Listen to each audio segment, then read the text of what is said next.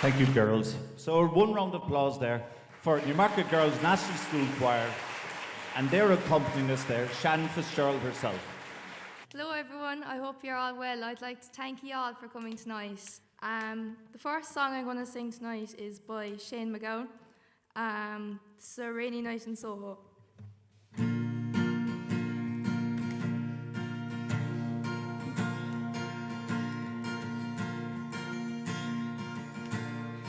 I've been loving you a long time, down all the years, all down the days, and I have cried for all your troubles, smiled at your funny little ways. We watched our friends grow up together, and we saw them as they fell. Some of them fell into heaven, some of them fell into hell. I took shelter from a shower, and I stepped into your arms on a rainy night in Soho. Wind was whistling all its charms.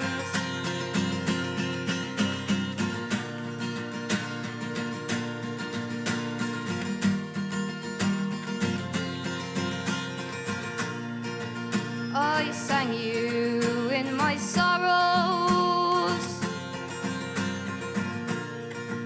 You told me all your joys. Whatever happened to that old song? To all those little girls and boys.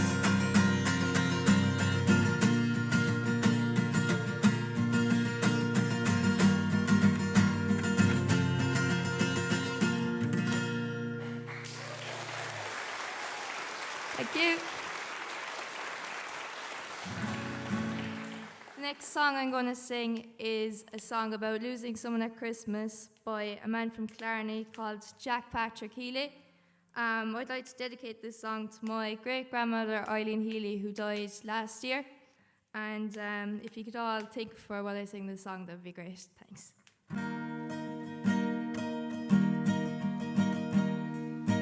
Snow falls down and covers all around the brilliant white. The days all spent around the fire. Days still cold at night. The stars still twinkle in the sky.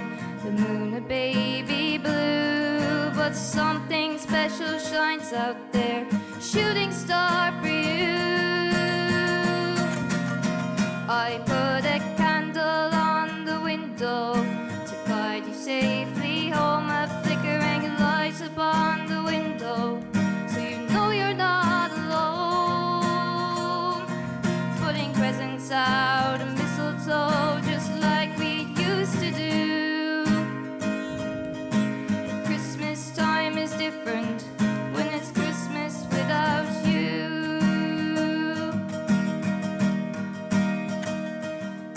The snow falls down and covers all around the brilliant white. The days all spent around the fire. The air's still cold at night.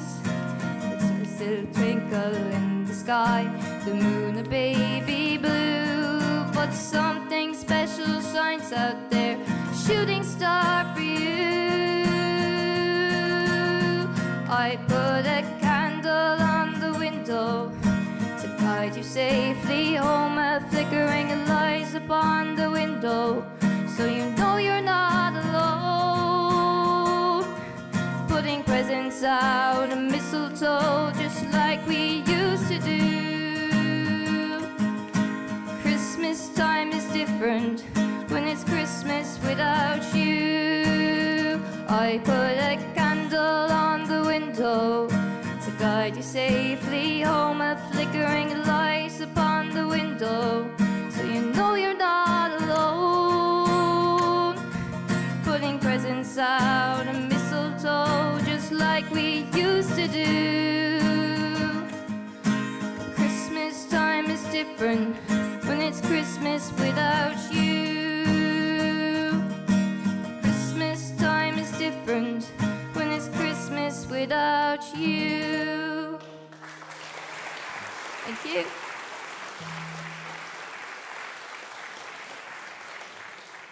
Now I'm going to liven things up and finish with a Christmas song that you shall know, so if you'd like to sing along, do.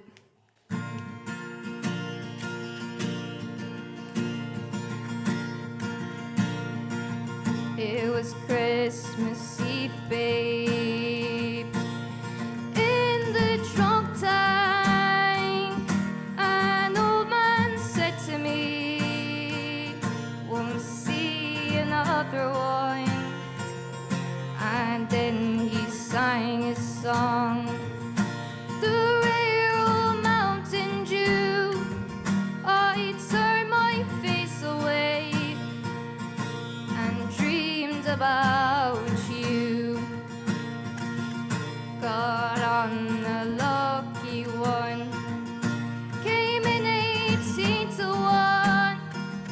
I've got a feeling this year's for me and you. So happy Christmas. I love you, baby. I can see a better time when all our dreams come true.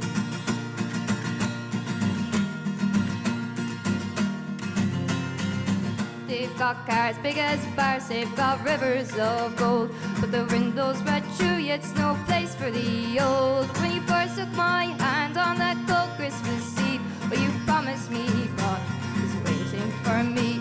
You were handsome, you were pretty, queen of New York City. When the band finished playing, they held out for more. Sinatra was swinging, all the drunks they were singing. We kissed on the car, then danced through the night. The boys of the NYPD choir were singing Galway Bay, and the bells are ringing out for Christmas Day.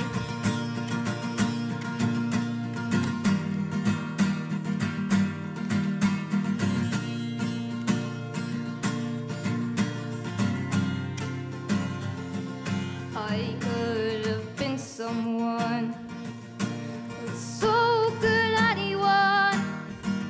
You took my dreams from me when I first found you. I kept them with me, babe. I put them with my own. I can't make it all alone. I built my dreams around you. The boys of the NYPD choir were singing Galway Bay, and the bells are ringing out for Christmas Day.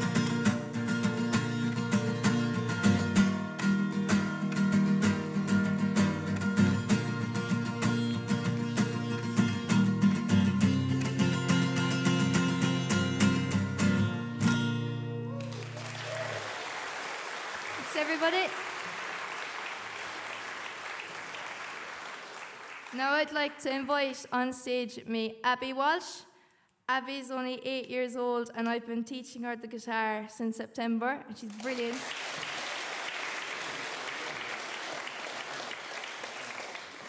You better watch out, you better not cry, you better not pout, I'm telling you why. Santa Claus is coming to town. He's making a list, he's checking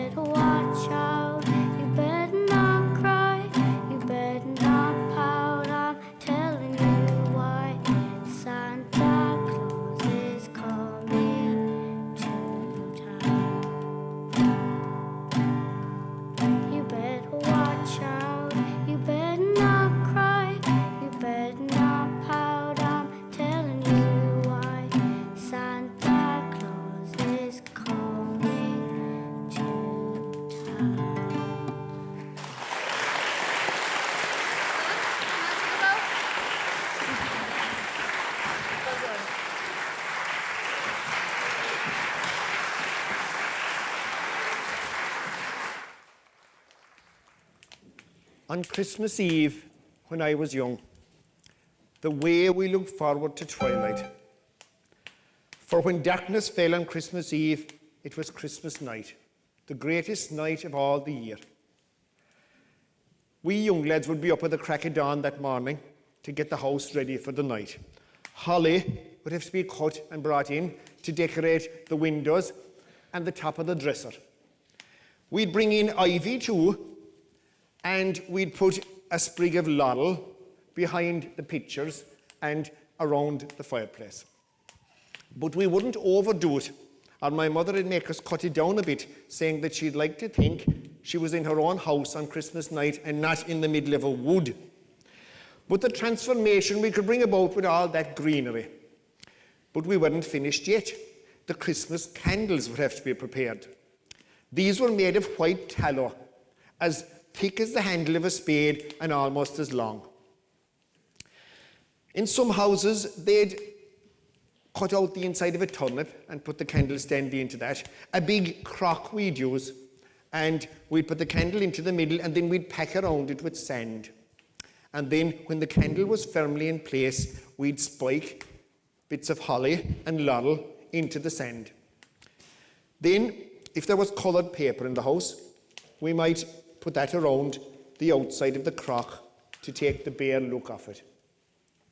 Then, if you had a length of young ivy and spiral it up along the candle, it looked lovely. Then, when that candle was done, we'd keep going until we had a candle in a crock for every window in the house. Then we'd be praying for night to fall, because you couldn't see the right effect until all the candles were lit. That honour would go to the youngest in the house, and my father would lift him up, saying in Eneminahar, in the name of the Father and of the Son, and when the child had blessed himself, he'd put the lighting taper to the candle. Then, from that candle, all the other candles in the house would be lit. And we'd be half daft with excitement at this great blaze of light. You see, there was no electricity at the time. We'd be running from the kitchen to the room and out into the yard to see the effect from the outside. My mother used to say that the light was for to show the way to the Holy Family in case they were passing. Even though my father said that where we were living was a nice bit in from Bethlehem, Judea. And then as we got older, we'd start looking at the candles lighting in all the neighbours' houses, and we'd be waiting for the bunches of light to come on, 2 windows here and 3 windows there, across the dark countryside and all the way down to the foot of the hills. And as sure as anything, someone would be late. And we'd run into my mother saying, "Faith, there's no light yet in Russacrew." When we grew up a bit, then we'd ramble down to the village maybe on Christmas Eve. And I always remember one Christmas Eve, we poked our nose inside the door of a public house. And there was a fiddler inside, and he playing away. And he had a monkey on his shoulder. And I must admit now, and 'tis a grave admission to make, but it was my first time ever seeing a monkey. And over here, near the counter on a little shelf, there was what you might call a half a finger of whiskey left in a glass, where a fella had gone out in the yard. And the monkey went over and he caught that between his 2 paws, as neat as you ever see, and he knocked it back. And there was the devil's own kick out of whiskey at the time. And he jumped up on the gaslight, and such antics as he was performing up there, we all breaking our sides laughing at him. Except for one man, a rather grumpy man. I always knew him to see him inside there around the town. He never smiled in his life. He had a dark, swarthy face, and he had a big pair of eyebrows who could nearly put him fencing cows out of cabbage. And you know, the monkey resented this, that the man wasn't paying him any attention. So he ran over and he hopped into the crown of a man's hat, and he started running around it. And then he came out to the front and he looked down into your man's face. "Here, go away out that, you caffler," says the grumpy man. "Isn't it narrow the world is in you?" Well, the monkey got right vexed at that. And he went over and he put his tail into the pint of porter that the man was drinking. And he wouldn't take his tail out. So the grumpy man, he went over to the fiddler who owned the monkey, and he tapped him on the shoulder. Now, the fiddler had been playing away all this time with this going on behind his back. So the grumpy man tapped him on the shoulder, and he said to the fiddler, he said, "Do you know the monkey have his tail in my pint?" "I don't," says the fiddler, "but maybe if you diddle a few bars of it, I might be able to play it for you." Church bells chime, Christmas time, time of love, when we all should pray for guidance from above. Thank you, Neely, for that. Bringing back some of the wonderful traditions of Christmas. Maybe the adults remember them, but some of those for the young people here tonight, a lot of those. Right, we have music, we've had song, we've had storytelling. We're now just changing the direction of the show and bringing on some dancing. Introducing the Julie Nolan dancers. They're Sophie, Kate, Emer and Ella. 2 Newmarket, 1 Kilbryn and 1 Drumtariff. So there's nothing more for me to do to hand over to the Julie Nolan dancers. A round of applause, please.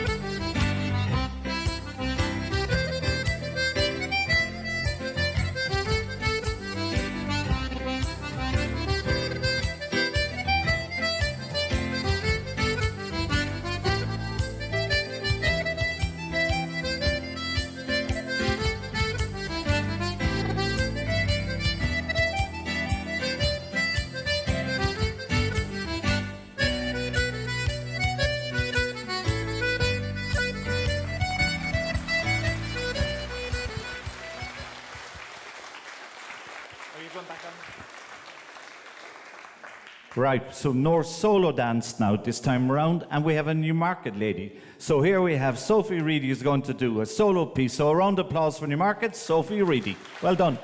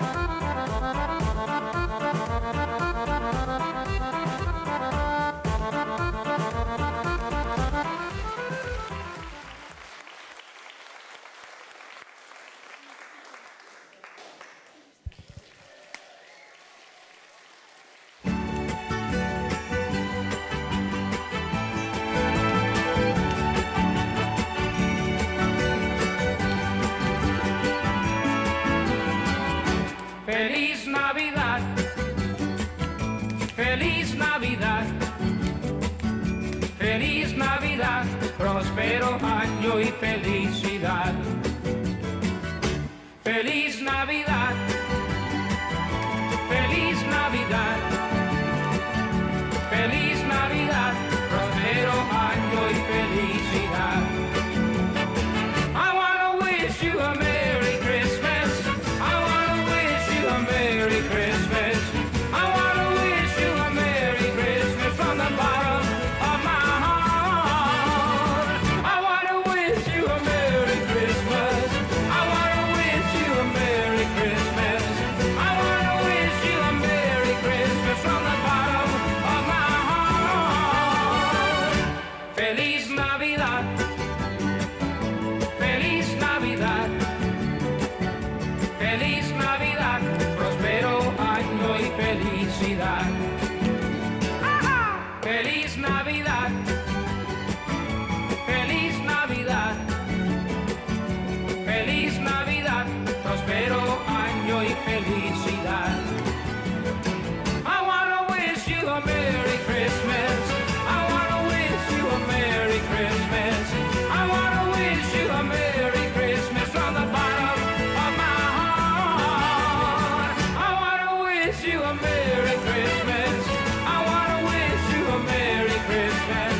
I wanna wish you a Merry Christmas from the bottom of my heart.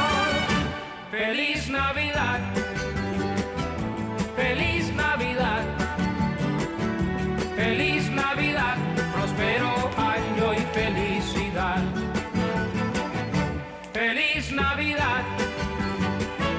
Feliz Navidad. Feliz Navidad. Prospero año y felicidad. I wanna wish you a Merry Christmas. I wanna wish you a Merry Christmas. I wanna wish you a Merry Christmas from the bottom of my heart. I wanna wish you a Merry Christmas. I wanna wish you a Merry Christmas. I wanna wish you a Merry Christmas from the bottom of my heart. Feliz Navidad. Feliz Navidad. Feliz Navidad. Prospero año y felicidad.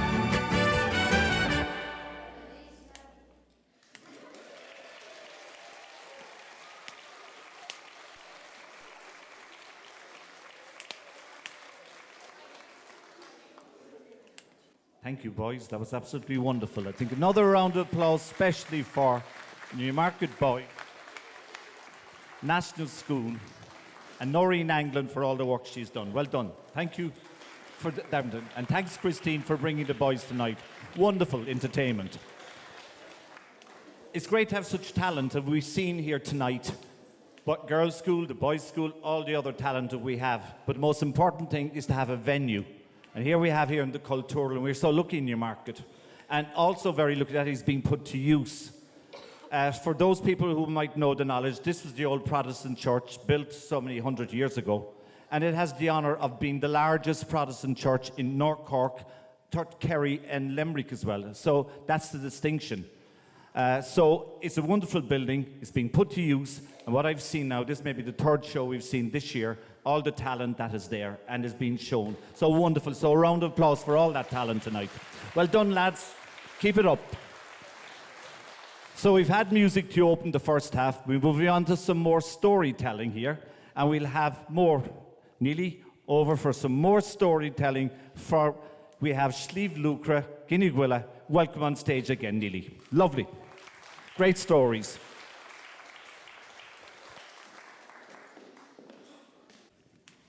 Of all the people that immigrated to America, there were some that didn't stay over long enough to check the time. And such a man was Mick the Fiddler. He said that the climate over there didn't agree with him. He claimed he got a crick in his neck from looking up at the tall buildings.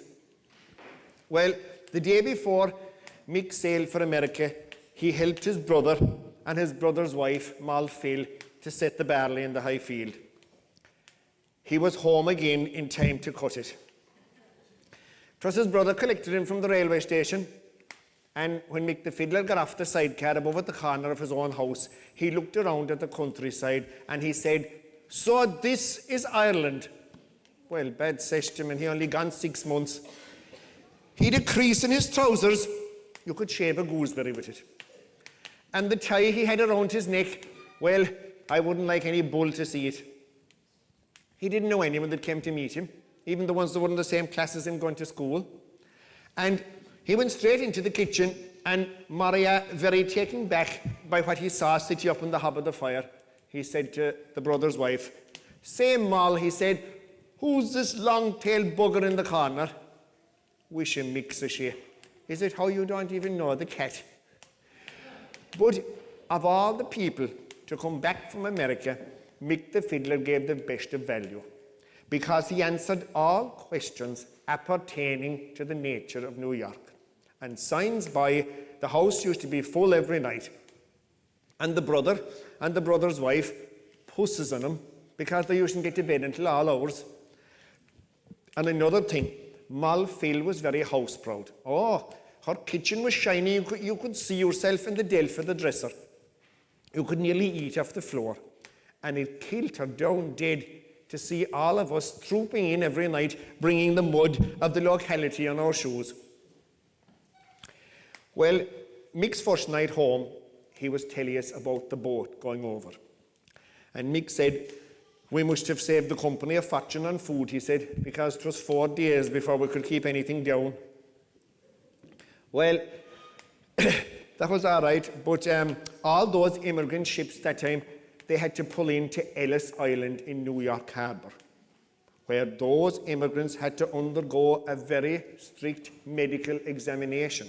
Oh, Mick said you'd be prodded and poked, he said, the same as a bullock at the fair. The way the doctor would go through the hair of your head and under your fingernails. Mick said he wouldn't be one bit surprised if he looked up a certain place to see was your backbone straight. Well, all the clothes had to come off. Every stitch, even the socks. And you had to walk in naked to the doctor. And when Mick was walking in naked to the doctor, he met one of the cases of Tornonach coming out against him. And he holding his hands like a fig leaf like that. And he's shouting, "Where's my trousers? Where's my trousers? 'Tis a lady doctor that's inside." Well, the cases were ever virtuous, of course. Mick said he'd be better off if he covered his face instead, because you mightn't know him the next time he went in. But as well as the medical examination then, you'd be examined in your reading. A newspaper to be held up in front of you, and you'd be expected to read a scalp of it. Now, there were all good scholars going over in them days, but there might be the occasional man that wouldn't know a bee from a bull's foot up in the gable of a house. Well, he'd be questioned then to see how the talk was by him. He might be asked to explain a mountain, or what is a cloud. Mick said that one of the Henny Finns below from New Bridge, he made a very bad job of the reading. So the American said to him, "Say, Paddy," he said, "can you tell me what a lake is?" I can and will," said Finn, "tell you what a lake is. 'Tis a hole in the arse of a kettle." Well, Mick's first job over was drawing water in a 4-horse car for baptizing small babies. Mick said at that time, the population of New York was going up by leaps and bounds. And the chapel where Mick was working, there was 4 priests, he said, with their sleeves folded up to their elbows, all day baptizing away and the water flowing out the front door. Well, he said that the same as here, the baptisms were held in the church. But unlike in Ireland, wakes were held in funeral parlours in America. Mick went along to one of these with a friend of his.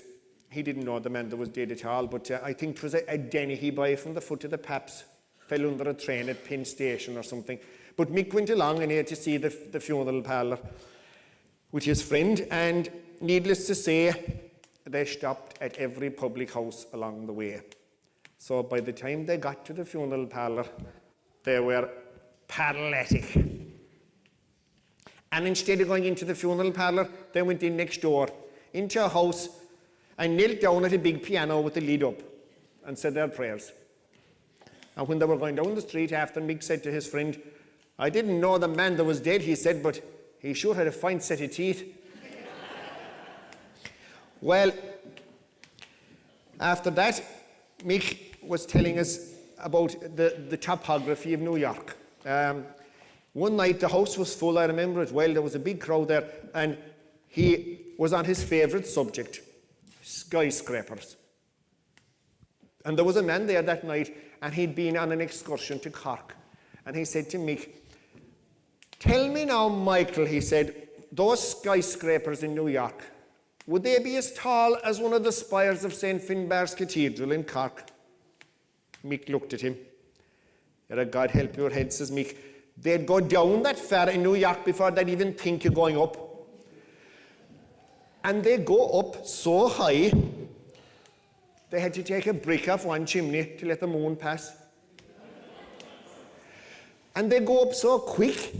Mick said he was going to work one morning, and they were digging out the foundation for a high-rise apartment. And when Mick was coming home from work that evening, the tenants were being evicted for non-payment of rent. They all wanted to know now about the topography of New York. So Mick said that he'd draw a map, but there was no sheet of paper in the house big enough. So what did he do? Thunder and turf, only take out the ashes out of the bottom of the fire and spread them out like that on the floor. And then, with the top of old Din Donovan's walking cane, he drew in the ashes the outline of the island of Manhattan. 10 miles long, Mick said, and 3 miles wide. Bought by the Dutch from the Red Indians for around $50. Don't you think, says Mick, there was bargains going in them days? Well, then he began to draw the avenues going north and south, and the streets going east and west. And Mick said that the number of buildings between two streets was known as a block, and that there were 8 blocks to the mile, if you could believe him. So there was a man there that night, and he was wondering where his sister was. He said he was looking down at the ashes, and he said, "I wonder now," he said, "where in the middle of all that ashes is my sister Hannah living? Do you know her address, says Mick?" He said, "'Tis 125 West 84th Street. "Oh, she'd be up here," says Mick, "between Amsterdam and Broadway. That's where she hangs out." "You could be right," says the man, "because she works in a laundry." Well, we were putting our caps in our mouths and everything to stop the laughing.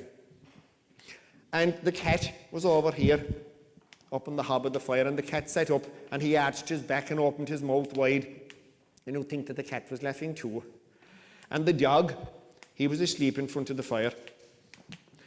Little did that poor dog know it, but half of him was inside the Hudson River. But he was backing away in his sleep, you know, woof, woof, woof, woof. And isn't it lovely to see a dog backing in his sleep, whatever little images are going through his mind? Maybe he pictures himself after sheep on the mountain, or maybe mixed up in some other carry-on.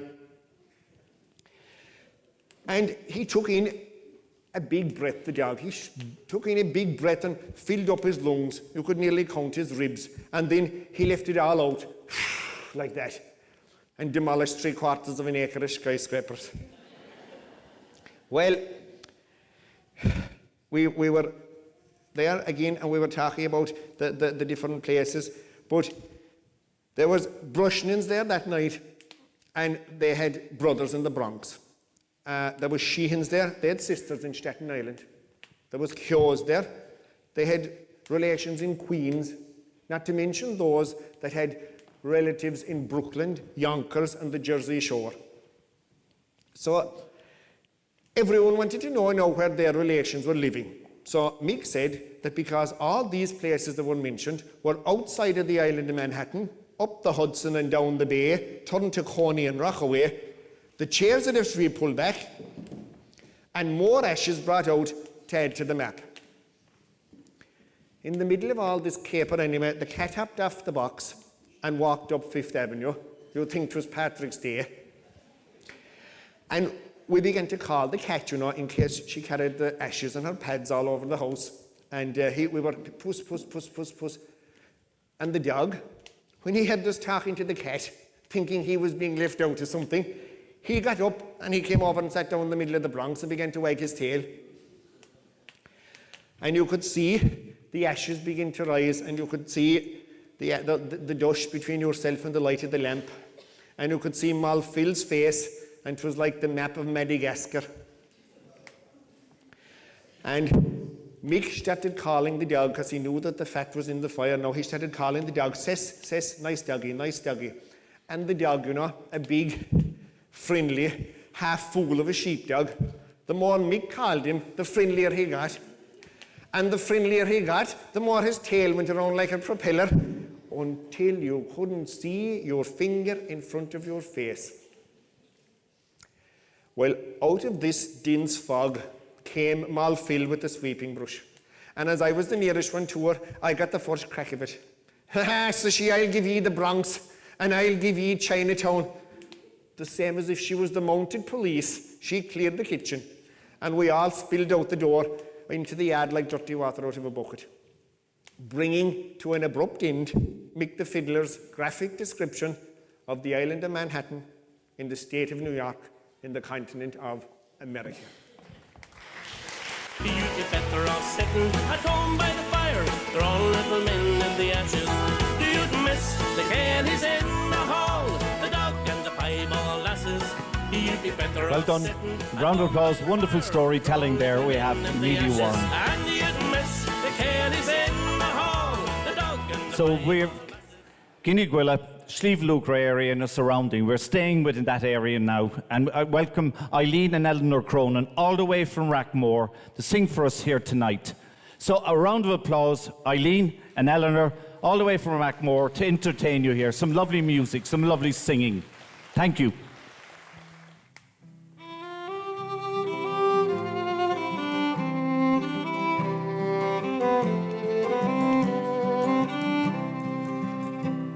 Oh, the road stretches out before your feet on the winding way down to Kelsey.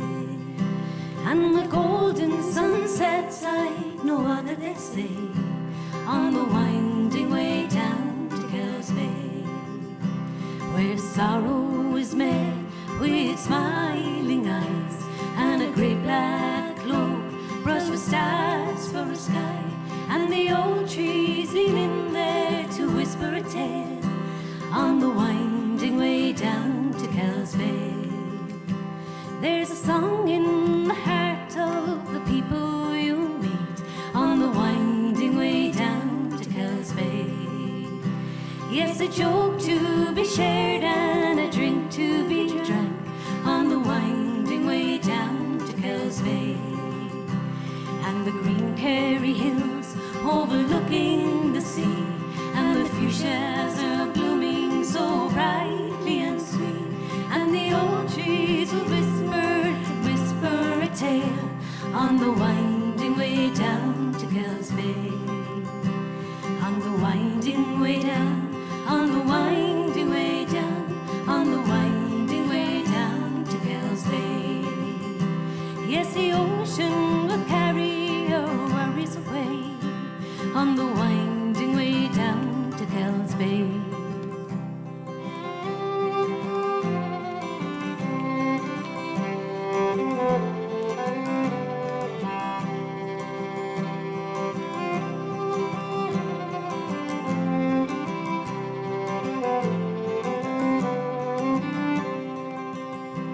There's a saint on the hillside at Jagdasbiagui on the winding way down to Kells Bay. Lenish story agus Ski on the winding way down to Kells Bay. And when the bell rings, then we'll all head away on the winding way down to Kells Bay. Yes, the ocean could carry our worries away on the winding way down to Kells Bay. And we'll stop for the chat and the old cup of tea on the winding way down to Cowes Bay. And the golden sunsets like no other, they say, on the winding way down to Cowes Bay. And the ocean could carry our worries away on the winding way down to Cowes Bay.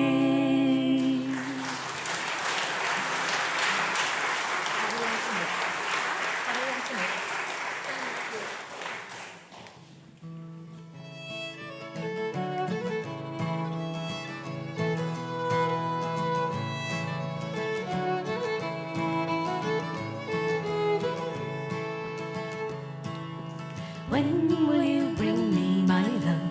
Counting down the days. When will you bring me my love? All along the wild Atlantic way. 60 years in Nova Scotia, waiting for the day that we were returning homeward, all along the wild Atlantic way. When will you bring me my love? Counting down the days. When will you bring me my love? All along the wild Atlantic way. Remember when we went to Bunbeg, shipwrecked in the bay? We sat and watched till the early sunset, all along the wild Atlantic way. The time that we climbed Port Patrick nearly went astray. Our legs were aching, falling off us all along the wild Atlantic way. When will you bring me my love? Counting down the days. When will you bring me my love? All along the wild Atlantic way.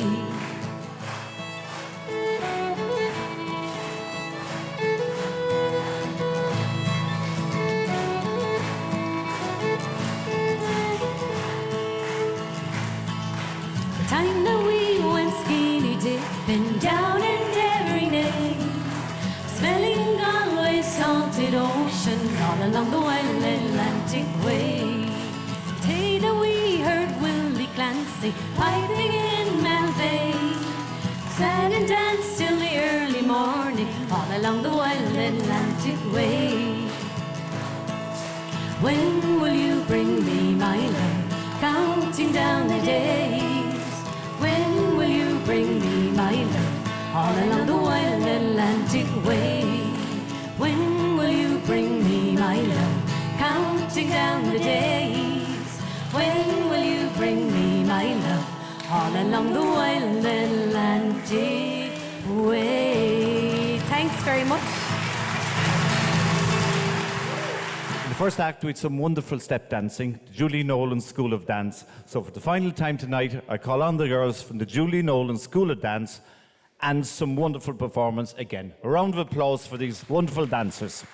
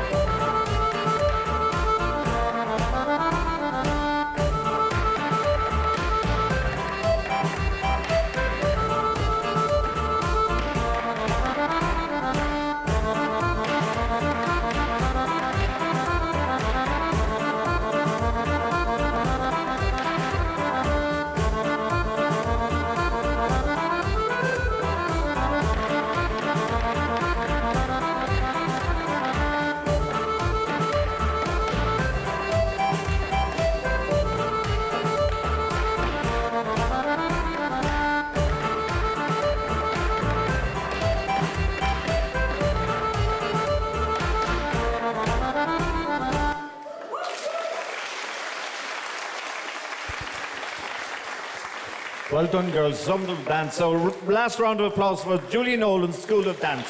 Well done. 'Twas the night before Christmas, when all through the house not a creature was stirring, not even a mouse. The stockings were hung by the chimney with care, in the hope that St. Nicholas soon would be there. The children were nestled all snug in their beds, while visions of sugared plums danced in their heads. And Mom, in her kerchief, and I in my cap, had just settled our brains for a long winter's nap. When out on the lawn there arose such a clatter, I sprang to my feet to see what was the matter. Away to the window I flew like a flash, tore open the shutters and threw up the sash. The moon on the breast of the new fallen snow gave a lustre of midday to the objects below. When what to my wondering eyes should appear but a miniature sleigh and 8 tiny reindeer, with a lively old driver, so lively and quick, I knew in a moment it must be Saint Nick. More rapid than eagles, his coursers they came, and he whistled and shouted and called them by name. Now Dasher, now Dancer, now Prancer and Vixen. On Comet, on Cupid, on Donner and Blitzen, to the top of the porch, to the top of the wall. Now dash away, dash away, dash away all. As dry leaves that before the wild hurricane fly, when they meet with an obstacle, mount to the sky, so up to the housetop the coursers they flew, with the sleigh full of toys, and St. Nicholas too. And then in a twinkling I heard on the roof the prancing and pawing of each little hoof. As I drew in my head and was turning around, down the chimney St. Nicholas came with a bound. He was dressed all in fur from his head to his foot, and his clothes were all tarnished with ashes and soot. A bundle of toys he had flung on his back, and he looked like a peddler just opening his pack. His eyes, how they twinkled. His dimples, how merry. His cheeks were like roses. His nose, like a cherry. His droll little mouth was curled up in a bow, and the beard on his chin was as white as the snow. He had a broad face and a little round belly that shook when he laughed like a bowl full of jelly. He was chubby and plump, a right jolly old elf, and I laughed when I saw him, in spite of myself. A wink of his eye and a twist of his head soon gave me to know I had nothing to dread. He spoke not a word, but went straight to his work and filled all the stockings. Then he turned with a jerk, and laying a finger aside of his nose, with a nod of his head, up the chimney he rose. He sprang to his sleigh, to his team gave a whistle, and away they all flew like the down of a thistle. But I heard him exclaim, ere he drove out of sight, "Happy Christmas to all, and to all a good night."